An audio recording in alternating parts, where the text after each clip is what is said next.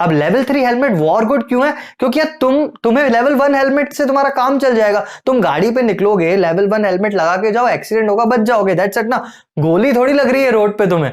लेकिन level 3 helmet war good है, उसको सोल्जर्स को देना पड़ेगा क्योंकि वहां पे उस चीज का खतरा है।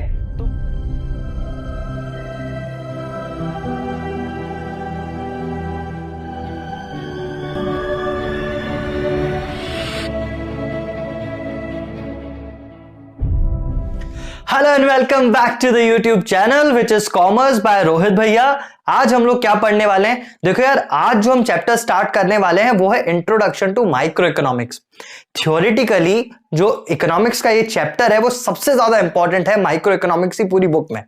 ऑलराइट, तो हम इसको कैसे स्टार्ट कर रहे हैं और क्या पढ़ेंगे इसमें? हम सबसे पहले इसमें देखेंगे कि क्या होती हैं सेंट्रल प्रॉब्लम्स और इकोनॉमिक प्रॉब्लम्स। उसके बाद हम कुछ टर्म्स देखेंगे, जैसे अपॉर्चुनिटी कॉस्ट है, इकोनॉमी है, ये सब टर्म्स अपन सीखेंगे। उसके बाद हम सीखेंगे कि माइक्रो इकोनॉमिक्स क्या होता है और मैक्रो इकोनॉमिक्स क्या होता है। और उसके बाद आएंगे क्विक क्वेश्चंस, मतलब हम प्रैक्टिस भी यहां से करके ही जाएंगे। अब ये है पार्ट 1 में। इसका वीडियो का पार्ट 2 भी है जिसमें हम देखेंगे कि प्रोडक्शन पॉसिबिलिटी कर्व क्या होता है और उसके यूजेस क्या होते हैं। ठीक है, तो इतना सा ये चैप्टर है, 2 पार्ट्स में है। पहला पार्ट ये है, उसको शुरू करते हैं। हाँ, तो सबसे पहला टर्म जो हम पढ़ने वाले हैं वो है इकोनॉमी। क्या होता है इकोनॉमी, समझते हैं। देखो, इकोनॉमी क्या होती है? एक्चुअली इकोनॉमी कोई फिजिकल प्लेस नहीं है, ऑलराइट। लेकिन क्योंकि हमको समझना है तो मैं एक इकोनॉमी मान लेता हूं इंडिया। ऑलराइट, अब इंडिया को मैं इकोनॉमी क्यों बोलता हूं? क्योंकि इंडिया में समझो मैं कोई इंस्टीट्यूट में काम करता हूं जहां से मुझे पैसे मिलते हैं, मैं वहां पढ़ाता हूं। अब मुझे वहां इंस्टीट्यूट से पैसे मिलते हैं, पढ़ाने के सैलरी मिलती है। ये सैलरी मैं घर लाता हूं, फिर मैं सैलरी से सारी अपनी चीजें खरीदता हूं जो मुझे कंजम्पशन के लिए चाहिए रहेंगी। जैसे खाने पीने का सामान खरीदता हूं, मैं यूज करने के लिए कुछ बुक्स खरीदता हूं, किताबें खरीदता हूं, कॉपीज खरीदता हूं, स्टेशनरी खरीदता हूं, कपड़े खरीदता हूं, जूते खरीदता हूं। ये सारी चीजें कहां से खरीदता हूं? सब इंडिया से ही खरीद रहा हूं। तो ऐसी चीज को बोलते हैं इकोनॉमी, जहां पे एक बंदा जाके काम भी कर सकता है, वहां से पैसा कमा सकता है, और वो जो पैसा उसने कमाया है वो वहां जाके वो खर्च भी कर सकता है। तो economy is a system which provides a man a means to earn and spend as well. समझ में आई बात? तो अर्न भी कर सकता है बंदा, वहीं इकोनॉमी में वो खर्चा भी कर सकता है। उस चीज को बोलते हैं इकोनॉमी, उस सिस्टम को बोलते हैं इकोनॉमी। अब इकोनॉमी हो गया, अब समझते हैं कि इकोनॉमिक्स क्या होता है। जो हम पढ़ने बैठे हैं ना भाई, इकोनॉमिक्स क्या होता है? एज ए इकोनॉमिक्स स्टूडेंट ये सीखने को मिलता है कि यार कोई भी खुश नहीं है। क्यों खुश नहीं है? अब जिसके पास बाइक है उसको चाहिए कार हो, जिसके पास कार है समझो नैनो है तो उसको चाहिए i10 हो मेरे पास, जिसके पास i10 है उसको चाहिए क्रेटा, जिसके पास क्रेटा है उसको चाहिए BMW, जिसके पास BMW है उसको चाहिए प्राइवेट जेट। और लोग तो प्राइवेट जेट से भी खुश नहीं है भाई। जिनके पास प्राइवेट जेट है उनको रॉकेट में बैठ के मून पे जाना है। अभी गए ना हमारे जेफ भाई। तो सबका यार अलग अलग सीन है, लेकिन कोई खुश नहीं है। समझो इस चीज को इकोनॉमिक्स में क्या बोलते हैं? इस चीज को इकोनॉमिक्स में बोलते हैं स्केर्सिटी। स्केर्सिटी किस चीज की? रिसोर्सेस की। अब यहां पे रिसोर्स क्या है? पैसा। हर किसी के पास इतना नहीं है कि वो हर कुछ चीजें अपनी सेटिस्फाइड कर पाए, मतलब हर वांट अपना सेटिस्फाई कर पाए। ऑलराइट, तो सबके पास लिमिटेड रिसोर्सेस हैं। अब रिसोर्सेस का मतलब ये नहीं होता सिर्फ पैसा। रिसोर्सेस का मतलब होता है लैंड, लेबर, कैपिटल, सब कुछ। कैपिटल यानी पैसा हो जाता है, लेकिन लैंड लेबर भी लिमिटेड है। समझो मुझे सोने की लंका बनानी है, पैसा भी मेरे पास बहुत है। अब यार पैसा इतना है, सोने की लंका बनानी है, लेकिन अर्थ है उसमें इतनी जगह ही नहीं है कि मैं वो लंका बना पाऊं। समझ में आ रही है बात? तो कहने का मतलब जिस जगह पे मैं वो चीज बनाना चाहता हूं तो लैंड अवेलेबल नहीं है। तो कहने का मतलब स्कैर्सिटी का मतलब चीजें लिमिटेड हैं। जितना यूज हम करना चाहते हैं, जितने हमारे वांट्स हैं, उतने हमारे पास रिसोर्सेस नहीं है। इस चीज को बोलते हैं स्कैर्सिटी, यानी limitation of supply in relation to demand. जितना मुझे चाहिए उतना मेरे पास उतना सप्लाई नहीं है रिसोर्सेस का। ठीक है, ये स्कैर्सिटी जो एक वर्ड तुमने सीखा ना, इस स्कैर्सिटी पे ही बेस्ड है इकोनॉमिक्स। कैसे बेस्ड है? अब एक टर्म तो हमने सीख लिया स्कैर्सिटी, उसको साइड में रख लेते हैं। एक और चीज है, यह है अनलिमिटेड वांट्स। जैसे अपन ने वीडियो में देखा कि कोई भी खुश नहीं है यार। जैसे ही आपका एक वांट सेटिस्फाई होता है, आपका दूसरा वांट अराइज हो जाता है। कैसे? जैसे समझो तुम भी स्टूडेंट हो, या तुम्हें पहले पहले जब तुम थोड़े से बड़े हुए थे तो तुम्हें इच्छा हुई थी ना कि मेरे पास एक साइकिल हो। फिर तुम्हारे पापा ने तुम्हें साइकिल लेके दी, जैसे ही साइकिल लेके दी थोड़े दिन तुमने चलाया और फिर तुम्हारा एक नया वांट अराइज हुआ कि यार मेरे पास तो एक बाइक होनी चाहिए या मेरे पास तो एक स्कूटर होना चाहिए। फिर तुमने उसके लिए जिद किया और बहुतों को तो बाइक और स्कूटर मिल भी गया होगा, और जिनको मिल गया उनकी तो अभी नई डिमांड आ गई है, भैया हमें कार ही चाहिए, हमारा तो इससे पेट नहीं भर रहा। तो यही होता है अनलिमिटेड वांट्स। जैसे ही हमारा एक वांट सेटिस्फाई होता है, दूसरा वांट हमारे पास पहले से ही तैयार है। एक चीज मिली नहीं, एक कपड़ा पसंद आया, आपने लिया, जैसे ही लिया उसका वांट खत्म, आपको फिर दूसरी टी शर्ट अच्छी लगने लगेगी, नहीं ये वाली चाहिए, ये अच्छी थी। ऐसा ही होता है, ये है अनलिमिटेड वांट्स, और सारे ह्यूमंस के अनलिमिटेड वांट्स हैं। तो यहां पे हमारे पास दो चीजें आ गई, एक है स्कैर्सिटी ऑफ रिसोर्सेस, दूसरा है अनलिमिटेड वांट्स। अब आता है इकोनॉमिक्स। इकोनॉमिक्स इन दोनों चीजों के बीच में जो चॉइस हम करते हैं, तो economics is nothing but a choice between how a person uses his limited resources to satisfy his unlimited wants. तो इस स्कैर्सिटी को खत्म करने के लिए क्या करना पड़ेगा? चॉइस करना पड़ेगा भाई। आपके पास तो लिमिटेड रिसोर्सेज है ना, इन लिमिटेड रिसोर्सेज को आप अपने अनलिमिटेड वांट्स को सेटिस्फाई करने के लिए कैसे यूज कर रहे हो, इस चीज को ही बोलते हैं, या इस साइंस को ही बोलते हैं इकोनॉमिक्स। तो यहां हमको स्कैर्सिटी और इकोनॉमिक्स ये दोनों टर्म्स तो समझ में आ गए। अब यहां पे तीसरा पॉइंट आता है इकोनॉमिक प्रॉब्लम्स। इकोनॉमिक प्रॉब्लम्स क्या होती हैं? तो यार देखो, इकोनॉमिक प्रॉब्लम्स यही चीजें हैं जो हमने अभी अभी पढ़ी। प्रॉब्लम क्या है कि आपके पास जो रिसोर्सेज हैं वो कम है, वो लिमिटेड हैं, लेकिन आपके वांट्स जो हैं वो अनलिमिटेड हैं। अब यहां पे जो रिसोर्सेज है ना आपके पास, इसकी एक और खासियत है कि इसके ऑल्टरनेट यूजेस हैं।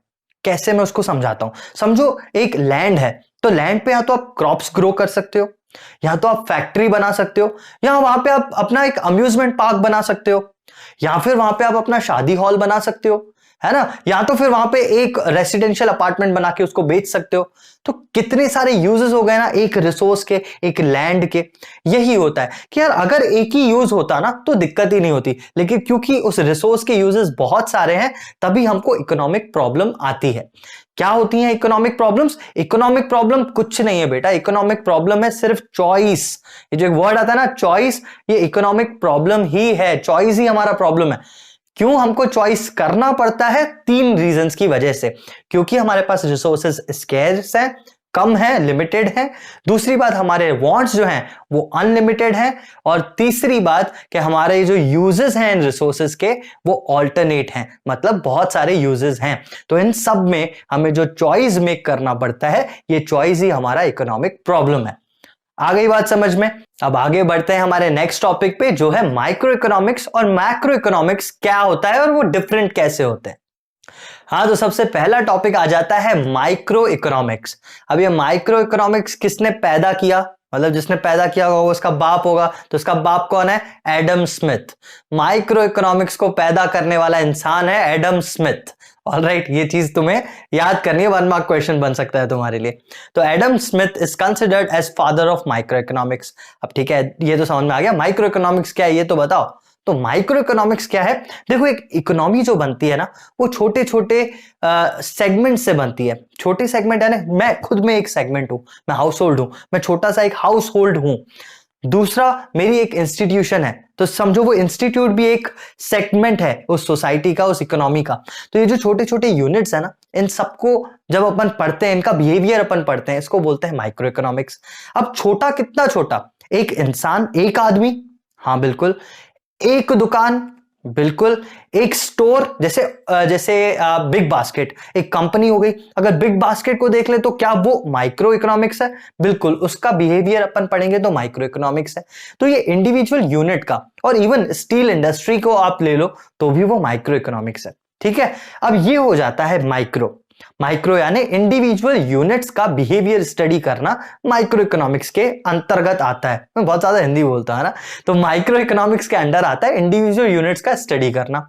ऑलराइट, मैक्रो इकोनॉमिक्स क्या होता है भाई? मैक्रो इकोनॉमिक्स होता है पूरी इकोनॉमी को एज अ होल पढ़ना, पूरी इकोनॉमी का बिहेवियर देखना। अब जब मैं इकोनॉमी बोली तो तुम्हारे दिमाग में आना चाहिए था इंडिया। जैसे ही मैंने एग्जाम्पल स्टार्ट करा था तो मैंने तुम्हें बताया था ना, मैं इंडिया में रहता हूं, यहीं पे कमाता हूं, तो इंडिया को मैं इकोनॉमी कहूंगा।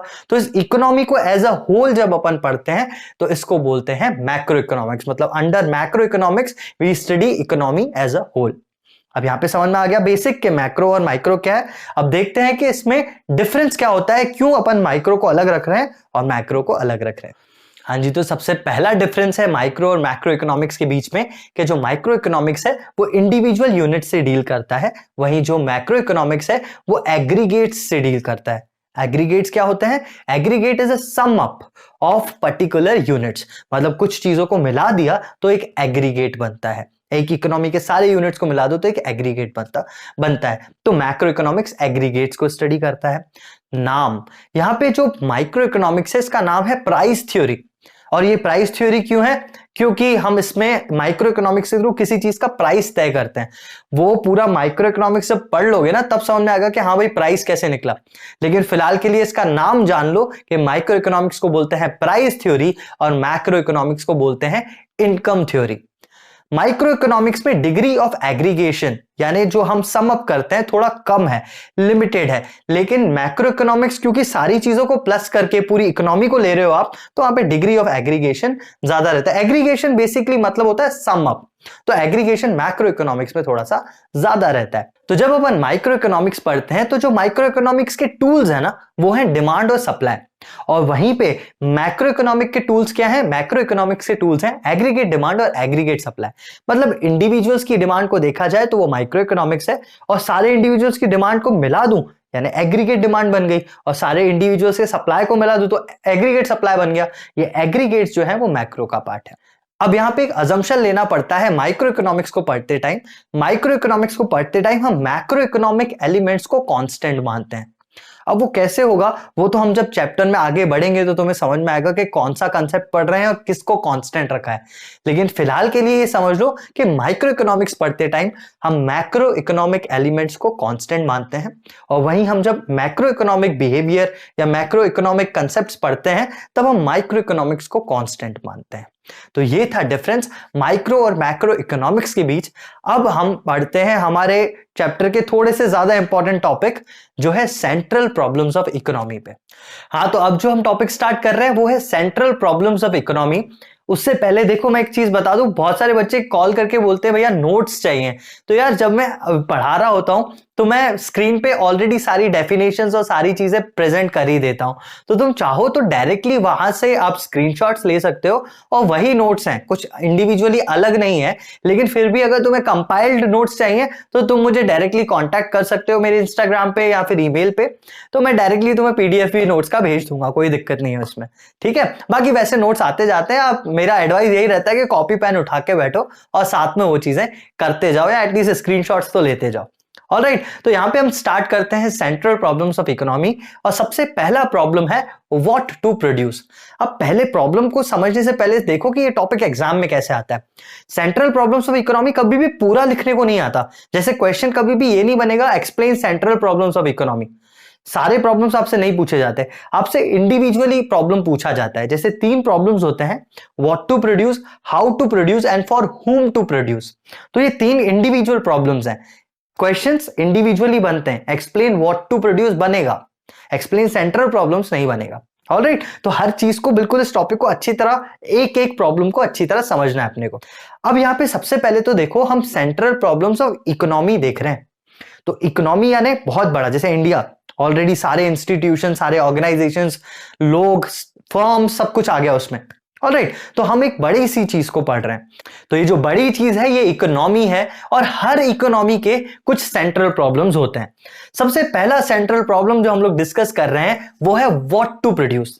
तो हर इकोनॉमी यार स्ट्रगल करती है ये सोचने में कि हम किसके लिए गुड्स बनाएं। यानी इंडिया के अंदर लोग रह रहे हैं, बहुत सारे हाउस होल्ड्स रह रहे हैं, और इंडिया का जो बॉर्डर है वहां पे हमारे बहुत सारे सोल्जर्स भी हैं। तो इकोनॉमी का प्रॉब्लम क्या हुआ कि यार वो सोल्जर्स के लिए वॉर गुड्स बनाए, या तो फिर वो जो बंदे यहां पे रह रहे हैं, जो हाउस होल्ड रह रहे हैं, उनके लिए कंज्यूमेबल गुड्स बनाए। यार तुमने पबजी खेला है, पबजी में एक हेलमेट के 3 तरीके के लेवल्स हैं, लेवल 1, लेवल 2, लेवल 3। तो लेवल 3 हेलमेट किसको चाहिए? वो एक कंट्री के लिए समझो वॉर गुड है। अब लेवल 3 हेलमेट वॉर गुड क्यों है? क्योंकि यार तुम्हें लेवल 1 हेलमेट से तुम्हारा काम चल जाएगा। तुम गाड़ी पे निकलोगे, लेवल 1 हेलमेट लगा के जाओ, एक्सीडेंट होगा, बच जाओगे, दैट्स इट ना। गोली थोड़ी लग रही है रोड पे तुम्हें। लेकिन लेवल 3 हेलमेट वॉर गुड है, उसको सोल्जर्स को देना पड़ेगा क्योंकि वहां पे उस चीज का खतरा है, तुम्हें नहीं है। तो यार इकोनॉमी का प्रॉब्लम क्या है कि यार वो लेवल 3 हेलमेट्स बनाए या लेवल 1 हेलमेट बनाए। चलो उसने डिसाइड कर लिया कि हमको दोनों हेलमेट्स बनाने। यार ऑब्वियसली बंदा गाड़ी भी चलाता है तो उसको ये भी देना है, और इंडिया में सोल्जर्स भी हैं जो बॉर्डर पे है तो उनको लेवल 3 हेलमेट देना भी जरूरी है, तो दोनों बनाना जरूरी है। तो यहां पे आ जाता है इस प्रॉब्लम का दूसरा पॉइंट कि यार डिसाइड तो आपने कर लिया कि आप दोनों हेलमेट बनाओगे, लेकिन कितने बनाओगे, यानी व्हाट टू प्रोड्यूस अगर डिसाइड हो गया तो सेकंड आता है how many goods to produce. ठीक है, in what quantity they have to be produced. तो यार यहां पे फिर डिसाइड किया, इकोनॉमी में कुछ भी डिसाइड कर सकती है, जैसे 100 हेलमेट उन्होंने लेवल 3 बनाए और 500 हेलमेट उन्होंने लेवल 1 बनाए। रिसोर्सेज के हिसाब से ये चीज डिसाइड होगी। हर इकोनॉमी के पास रिसोर्सेज अलग हैं, हर इकोनॉमी हर कंट्री के पास अलग पैसा है, तो वो अलग अलग चीजें अलग अलग क्वांटिटी में बनाती है। तो प्रॉब्लम व्हाट टू प्रोड्यूस में बेसिकली दो प्रॉब्लम्स हैं, what to produce and in what quantity. Problem है, तुम्हें सॉल्यूशन नहीं देना, सिर्फ प्रॉब्लम डिस्कस करनी है। तो प्रॉब्लम ये है कि कौन सी बनाओ और कितनी बनाओ। समझ में आ गया पहला प्रॉब्लम। दूसरा प्रॉब्लम आता है हाउ टू प्रोड्यूस। समझो तुमने डिसाइड कर लिया कि यार ये जो लेवल 3 हेलमेट्स थे वो 100 बनाने और लेवल 1 हेलमेट तुम्हें 500 बनाने। तो यहां पे फिर से इकोनॉमी में दो तरीके के टेक्निक्स होते हैं जिससे वो चीज बना सकता है। पहले होते हैं labour intensive techniques. Labour intensive techniques यानी हाथों से बनाना, लेबर का ज्यादा यूज करना। ठीक है, और दूसरा होता है capital intensive technique. Capital intensive technique यानी मशीन से उस चीज को बनाना। तो एक इकोनॉमी में अगर सिर्फ हाथ से बनाने वाली चीजें होंगी तो देखो क्या होता है, अगर किसी चीज को आप हाथ से बनाते हो तो पहले तो वो चीज थोड़ी कम बन पाती है। कम बन पाती है मतलब धीरे धीरे होगा ना यार थोड़ा प्रोसेस, तो यहां पे चीजों में फिनिशिंग इतनी नहीं आएगी और वो बहुत धीरे धीरे बनेंगी। तो लेबर इंटेंसिव में आप एक चीज तो करोगे, बहुत सारे लोगों को रोजगार दोगे, एम्प्लॉयमेंट दोगे, बहुत सारे लोग अर्न करेंगे, ये बात ठीक है। लेकिन एक प्रॉब्लम भी है कि यहां पे क्या होगा, जो चीजें बनेंगी वो बहुत ज्यादा अच्छी नहीं होंगी, फिनिशिंग उनकी इतनी अच्छी नहीं होगी, और सेकेंडली वो टाइम बहुत ज्यादा लेंगी बनने में। वहीं अगर हम कैपिटल इंटेंसिव टेक्निक्स को देखें, यानी किसी मशीन से अगर कोई चीज बन रही है तो उसका फिनिशिंग अच्छा होगा, हाथ से बनने के हिसाब से तो अच्छा ही होगा, और दूसरी बात वो थोड़ा जल्दी भी बनेगी। तो ये हैं दो टेक्निक्स। ये भी प्रॉब्लम है ना यार कि इकोनॉमी में मैं लेबर इंटेंसिव टेक्निक्स यूज करूं या कैपिटल इंटेंसिव टेक्निक्स यूज करूं। अगर लेबर इंटेंसिव टेक्निक्स मैंने यूज की तो चीजें तो मतलब लोगों को रोजगार तो मिलेगा लेकिन चीजें कम बनेंगी और थोड़ा सा फिनिशिंग में उनका मतलब वो क्वालिटी इतना अच्छा नहीं हो पाएगा। लेकिन वहीं अगर मैंने कैपिटल इंटेंसिव टेक्निक्स यूज की तो लोगों को रोजगार नहीं मिलेगा, एम्प्लॉयमेंट नहीं मिलेगी। भाई आपने तो मशीन रख दी ना, तो आप लोगों को एम्प्लॉय कर ही नहीं रहे उस चीज के लिए, तो ये भी प्रॉब्लम है। अब यहां पे ये दूसरा प्रॉब्लम खत्म होता है और तीसरा प्रॉब्लम आता है। अब यहां पे तीसरा प्रॉब्लम आता है फॉर हुम टू प्रोड्यूस। तो देखो यार हर इकोनॉमी में तीन तरीके के सेगमेंट्स होते हैं। एक होता है लोअर लेवल यानी गरीब लोग, थोड़ा होता है मिडिल क्लास लोग, और एक होता है हाई क्लास के लोग। हाई क्लास बहुत ज्यादा पैसा, मिडिल क्लास नॉर्मल तुम्हारे मेरे जैसे लोग, और एक होता है लोअर क्लास जो मेरे जैसे लोग हैं, बहुत गरीब, है ना। तो ऐसे वाले तीन तरीके के लोग होते हैं। अब सोचो कि अगर इकोनॉमी में प्रोड्यूस हुआ, बिल्कुल गरीबों के लिए हमने चीजें बनाई, जैसे हमने हेलमेट्स ही देख रहे हैं ना अपन, हमने ऐसे हेलमेट्स बनाए जो 100 रुपए के हैं। तो यार 100 रुपए में कोई बहुत ज्यादा अच्छी क्वालिटी तो दे नहीं पाएगा, और अगर पूरी इकोनॉमी से 100 रुपए वाला ये हेलमेट है तो देखो सबसे पहले तो पूरी इकोनॉमी का स्टैंडर्ड नीचे हो गया ना। समझ में आई बात कि अगर इकोनॉमी सिर्फ लोअर इनकम ग्रुप के लिए ही अपनी चीजें बना रही है तो जो क्वालिटी ऑफ गुड्स होगी वो कम होगी, है ना। अगर सिर्फ हाई क्लास के लिए बना रही है, सिर्फ बहुत अच्छे ही हेलमेट्स बन रहे हैं अगर इकोनॉमी में, तो गरीब लोग उसको अफोर्ड नहीं कर पाएंगे। तो ये भी एक प्रॉब्लम है कि अगर आपने बहुत ज्यादा अच्छे गुड्स ही बनाए तो फिर ये होगा कि गरीब लोग उसको अफोर्ड नहीं कर पाएंगे, मतलब आपकी इकोनॉमी में बहुत सारा हाउस होल्ड ऐसा होगा जो अफोर्ड ही नहीं कर पाएगा चीजों को। लेकिन अगर आपने बहुत ज्यादा कम में चीजें बना दी, अफोर्डेबिलिटी के हिसाब से आपने 100 रुपए की हेलमेट्स बना दिए, तो यहां पे आपका स्टैंडर्ड ऑफ लिविंग नहीं बढ़ पाएगा, यानी आप अच्छी चीजें, अच्छी क्वालिटी की चीजें इकोनॉमी में नहीं बना पाओगे। तो ये तीसरा प्रॉब्लम है which is for whom to produce, lower segment के लिए बनाए या हाईएस्ट सेगमेंट के लिए अपनी चीजें बनाए। तो ये थे 3 सेंट्रल प्रॉब्लम्स ऑफ इकोनॉमी जो इकोनॉमिक्स के पॉइंट ऑफ व्यू से और तुम्हारे एग्जाम के पॉइंट ऑफ व्यू से बहुत ज्यादा इंपॉर्टेंस रखते हैं। थ्योरेटिकली मैंने पहले ही बोला ये चैप्टर बहुत ज्यादा इंपॉर्टेंट है और इस चैप्टर में इतना ही थ्योरेटिकल पार्ट था। अब पार्ट 2 में हम लोग देखेंगे कि प्रैक्टिकल पार्ट क्या है, यानी प्रोडक्शन पॉसिबिलिटी कर्व हम पढ़ेंगे। तो हम स्टार्ट करते हैं पार्ट 2 और ये वीडियो यहीं एंड होता है। मैं मिलता हूं तुमसे पार्ट नंबर 2 में।